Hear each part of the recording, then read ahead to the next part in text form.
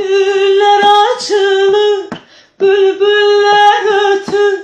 Harda kaldın söyle yarım, sen kaldın harda.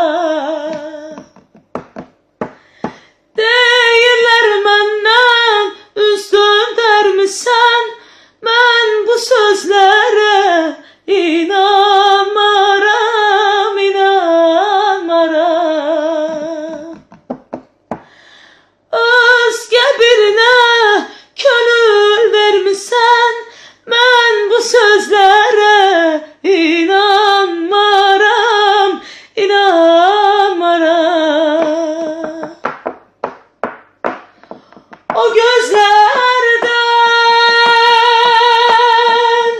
o gözlerden küsərəm mi, küsərəm mi? Ayrılığa,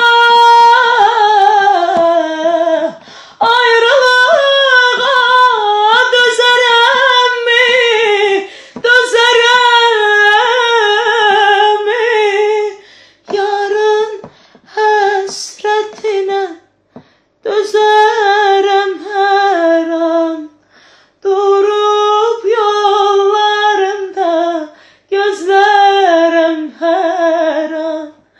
Yarın həsrətinə dözərəm hər an, durub yollarında gözlərəm hər an.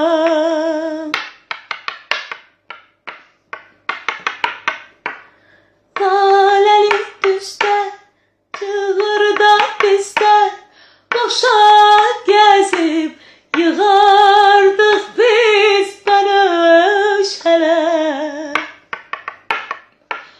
Bu sevgimizin şahidi